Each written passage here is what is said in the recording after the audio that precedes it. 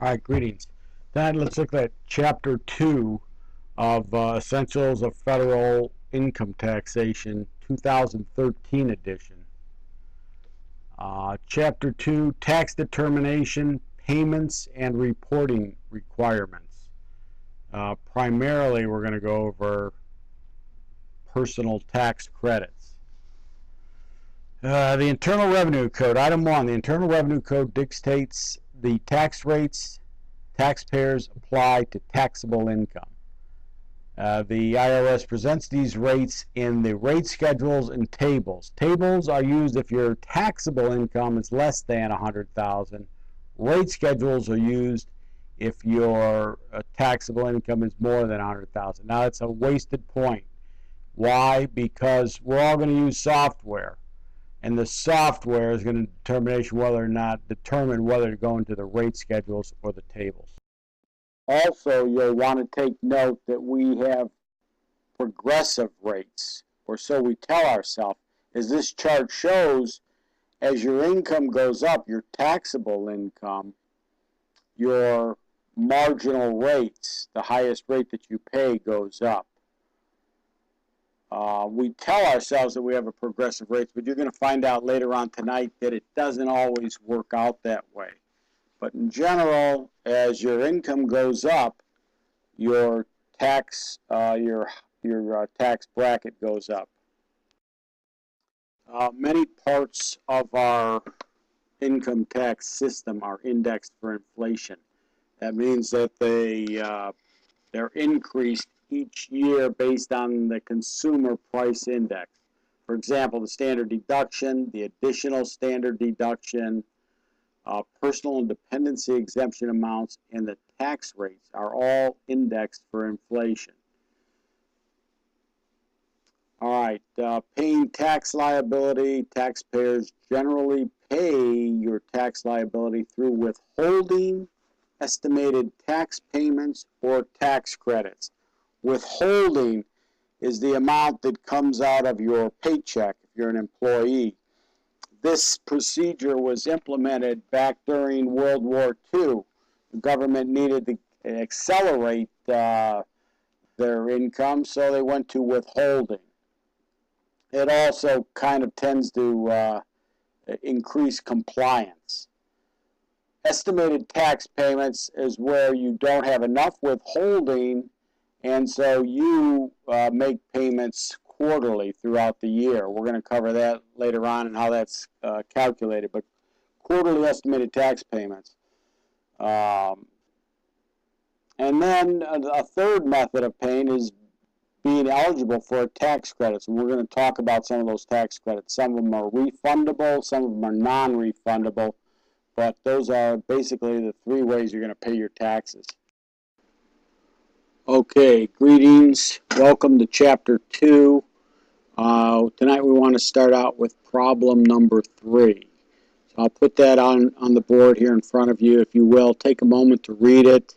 If you need a little more time, then use the pause button and take your time reading it.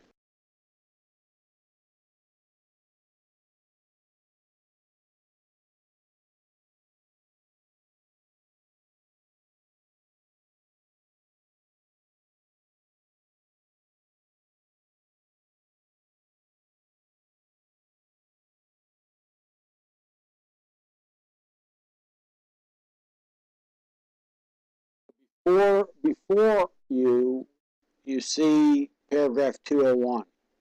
All right, the Internal Revenue Code dictates that tax rates taxpayers apply to taxable income to compute their tax liability. All right, one, we have a progressive rate structure. What that means is the more money you make, the higher tax bracket you move into, the greater percentage that they're going to take. There you can see 10, 15, 25, 28, 33. The highest bracket is 35%. These rates are presented in the rate schedules and the tables. You use the tables if your income is taxable income is less than $100,000. You use the rate schedules if your taxable income is more than $100,000. And it's kind of a wasted point because you're going to be doing all your tax returns using software, and the software will actually calculate the tax for you. So you'll find the tax rate schedules are in the inside front cover of this book, and the tables are in the appendix. Okay, here we see the solution to problem 3. Adjusted gross income. We have total income is $24,600. There are no deductions for adjusted gross income, so our adjusted gross income is $24,600. You'll recall from Chapter 1 that we're entitled to a standard deduction. Standard deduction is based on the filing status. Filing status is single for this problem, so the standard deduction is $5,950. The personal exemption, we're all entitled to our own personal exemption, and that is $3,800. So if you do the math, you'll find that the taxable income is $14,850. Now you need to go to the tax table, and for a single individual, and using that number of $14,850, you should be able to find tax of $1,796. And from there, we subtract the credit, or the amount withheld, $1,600, and we find that we owe Uncle Sam $196.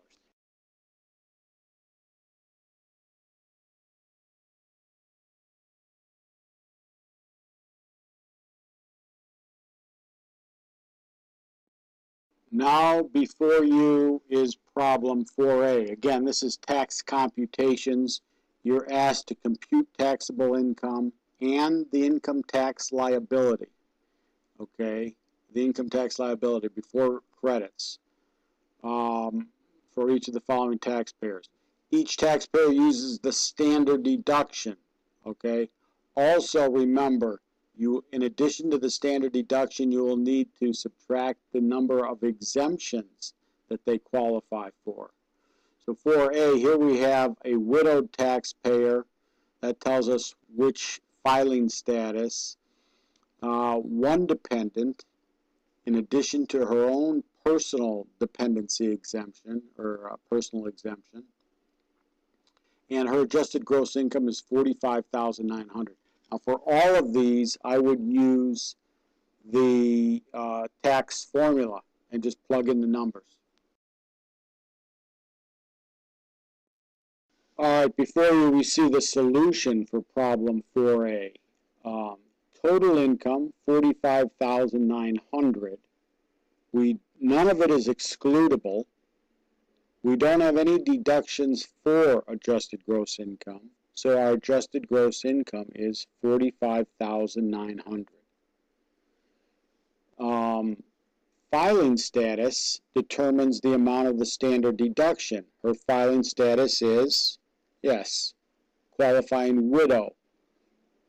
So she's entitled to a standard deduction of $11,900. The problem also explains that she's entitled to our personal exemption and a dependency exemption.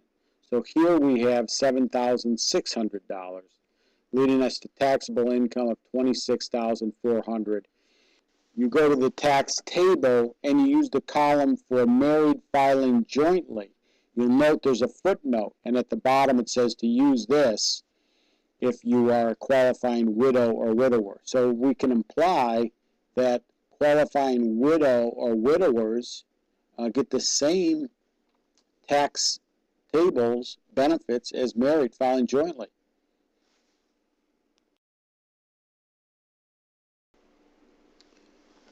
Okay, so we worked on 4A.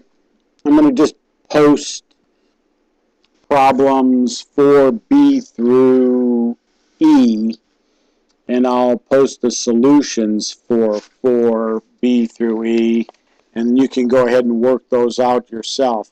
On 4B, note that the taxpayer's age is 74. That implies that he might be entitled to what? An additional standard deduction. Okay, so take that into consideration. Problem C, file separately,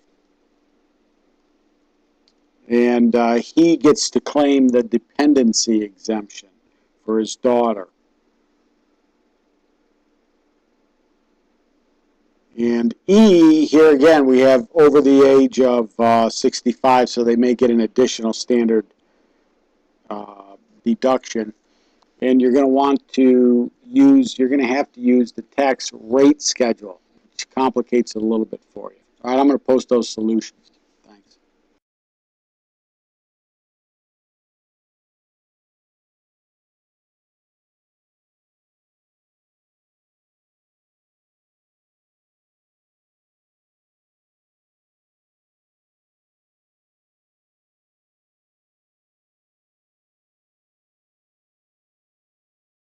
Personal tax credits. All right, a lot of credits that we can use to reduce our tax liability. Tax credits are better than deductions, tax deductions generally. A foreign tax credit is designed to prevent taxpayers from paying tax twice on the same income. For example, if you work in Germany and Germany taxes your wages, the U.S. also taxes your wages, but we allow a foreign tax credit basically for the amount of taxes that you paid to Germany so that you're not taxed twice. So that's kind of a nice provision. The Child Independent Care Credit, a non-refundable credit, very popular. One nice thing about this credit is there aren't any phase-outs. In other words, if you make $1 million and you pay daycare, you still be eligible for this credit. And that's a good point. You have to have a qualifying person, which includes a qualifying child, all right? Same definition that we've learned for a qualifying child. You can use that flow chart I handed out last week. But the qualifying child must be under the age of 13. All right, so that's good. All right, another qualifying person would be a dependent that's physically or mentally unable to provide self-care, or a spouse. That's why they call it the Child Independent Care Credit.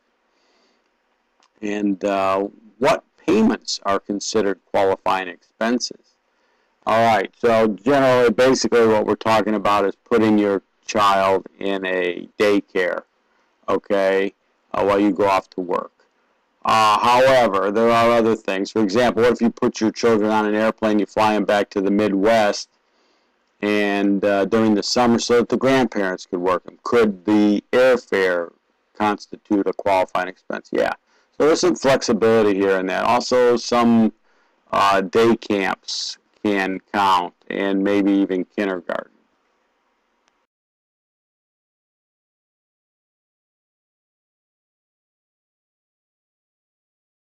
Okay, we want to talk about the difference between a tax credit and a tax deduction.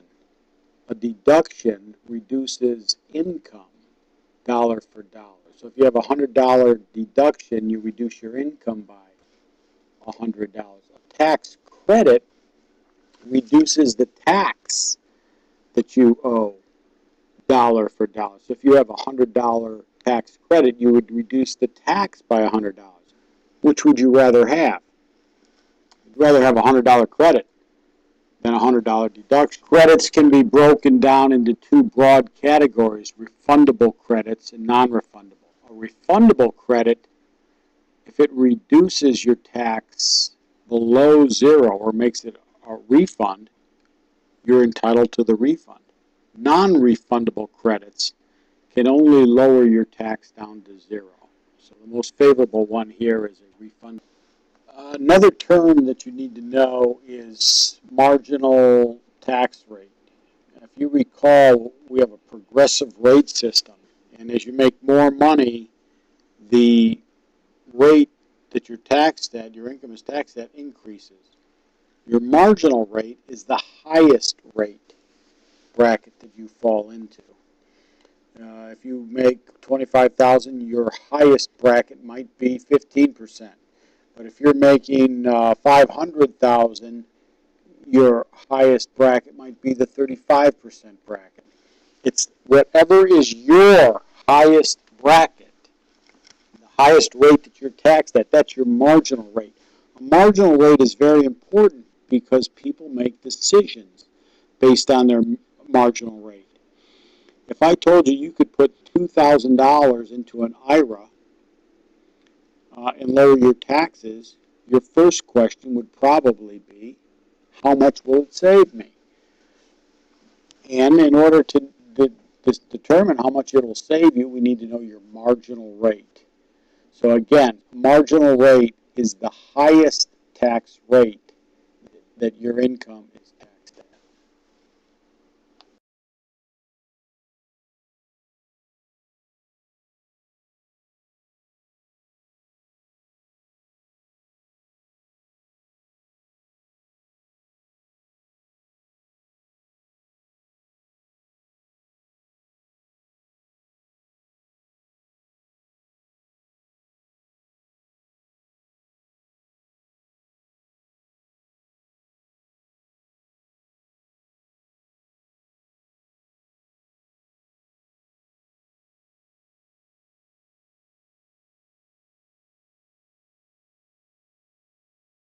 Okay, I'm in section 205.02, the Child Independent Care Credit.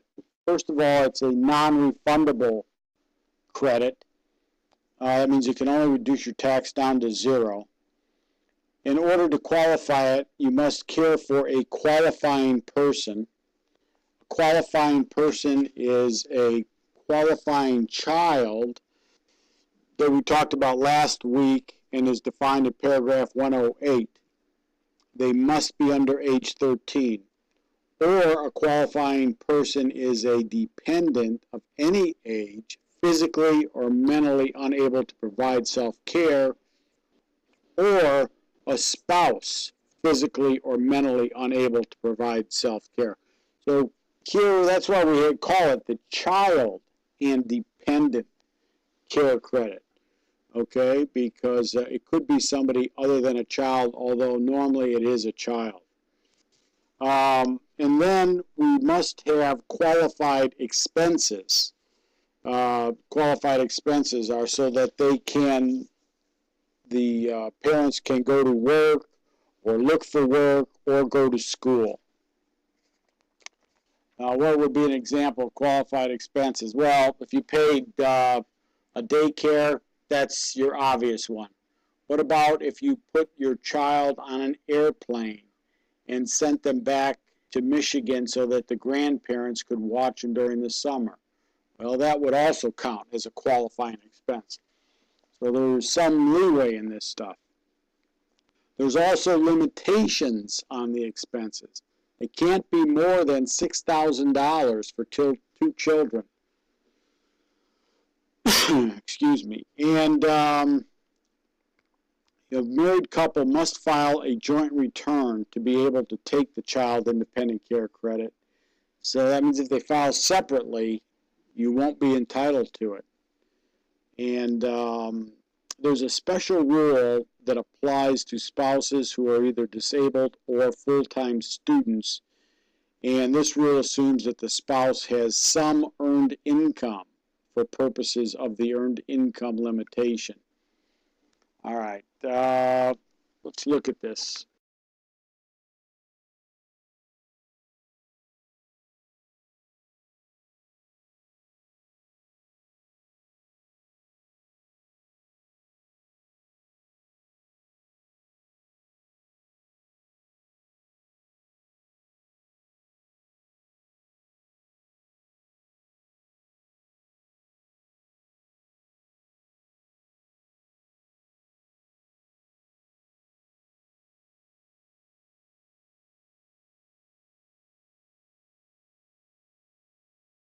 All right, now we want to talk about higher education credits.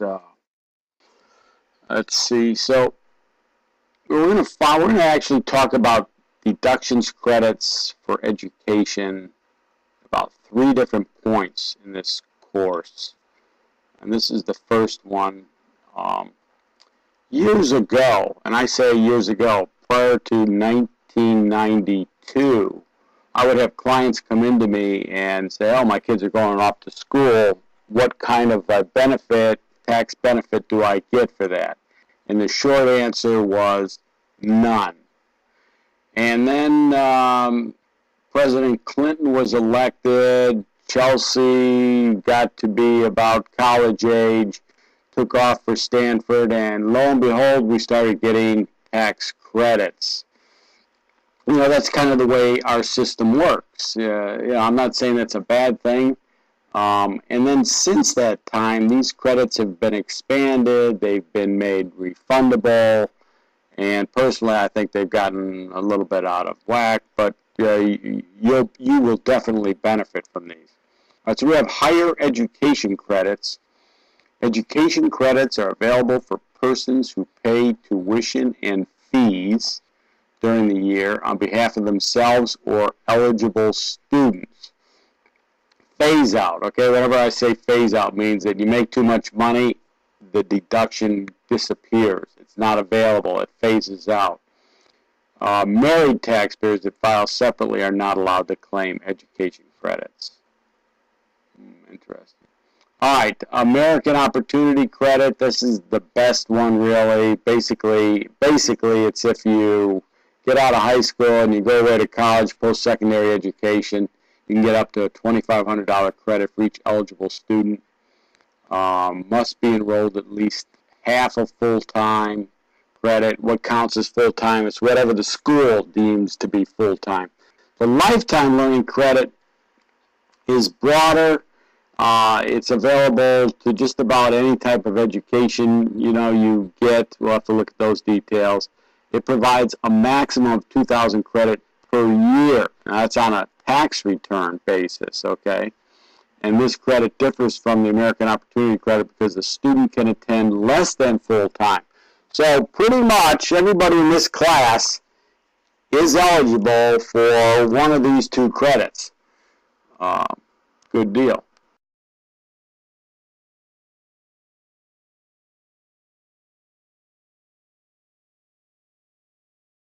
All right, let's look at problem 10, education tax credit. Here, Jean pays $3,300 for her son's tuition. Sounds like an education credit. Her son, Robert, is a full-time student. All right, and he's a freshman at the University of Georgia, so that sounds like the American Opportunity Credit. Jean files as head of household, all right, so she's not violating the filing status. Compute Jean's education tax credit as if her AGI was $32,800. How much is refundable? Again, you're going to have the software to help you actually determine how much of it's refundable and non-refundable. It's going to take the drudgery out of this.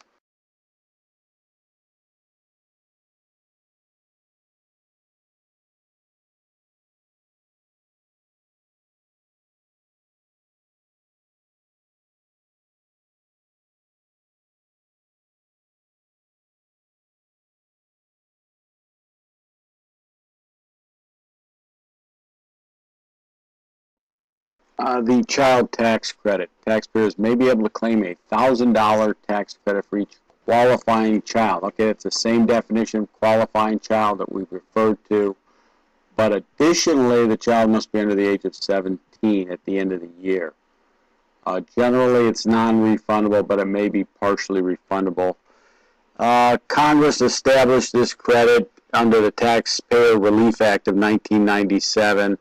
It was designed to make sure that families could, pay their taxes as the family size increased. I'm not sure how valuable it is. Well, it is valuable. I'll tell you, here's the real key on this one. You don't even really pay attention to it. The credit just shows up on your tax return if you're eligible for it. But where you do notice it is when your kids turn 17 and you're no longer eligible for it. Automatically, your tax credits decrease by $1,000. And you find that in years where you may be getting a refund or breaking even, now you owe. So you want to pay attention you have any children or any of your clients have children approaching the age of 17 to, make them aware of it on the upcoming year.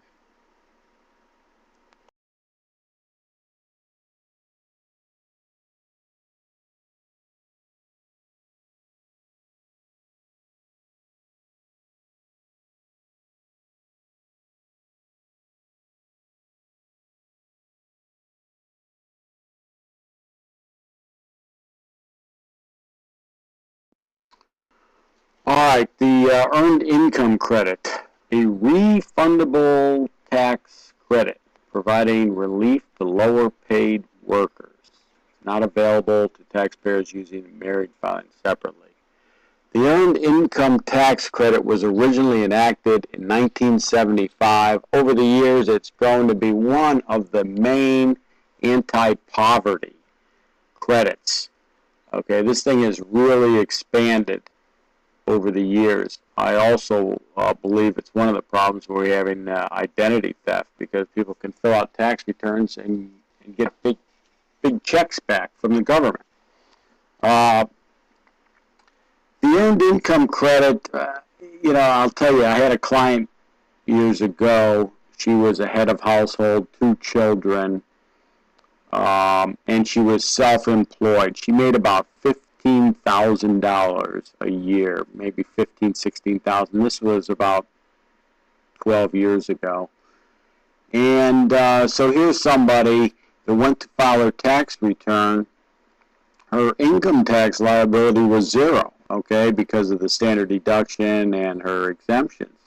But she's self-employed, and her self-employment tax was a few $1,000s. So here's somebody making $15,000, not collecting any welfare, and gets stuck with a $2,000 tax bill. This is also an example of where I told you our rates aren't always progressive. Here's somebody who's paying a higher marginal rate and making less than others. So the moral of the story is the credit started out with good intentions to help eliminate this self-employment tax, but it's just expanded over the years, and it also shows that your tax returns are much more than tax returns now. They qualify you for anti-poverty benefits.